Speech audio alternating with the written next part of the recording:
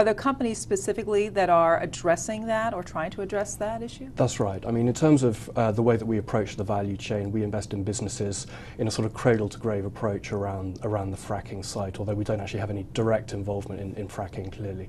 So we would invest in businesses which are cleaning up the produced water and the flowback water, which are monitoring remotely groundwater pollution levels, and which are providing on-site water treatment to that produced water. And it's a very of the demand side applications in the water sector, about 20% of all water consumed is consumed by the industrial sector. And I think the risk to the upside to that 20% is when fracking begins to recover somewhat. Obviously, it's been somewhat decimated by pricing currently. Let me ask you, in terms of returns, what should investors look for? Do stocks that are related to water trade like other industrial names, for instance? It varies to a certain extent depending on where you are in the value chain. If you look at water infrastructure businesses, there's an inherent link to the construction cycle.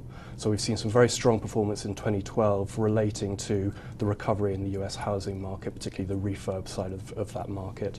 We would expect commercial and industrial to recover somewhat towards the back end of this year with a sort of 6 to 9 month lag.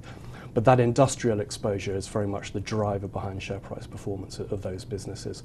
There is also sort of an inherent link into municipal capex and utility capital expenditure. We've seen, obviously, the recovery in the housing market drive healthier or marginally healthier municipal budgets, and a lot of projects which have previously been on hold are being released, and we're starting to see some very early signs of pickup in that market.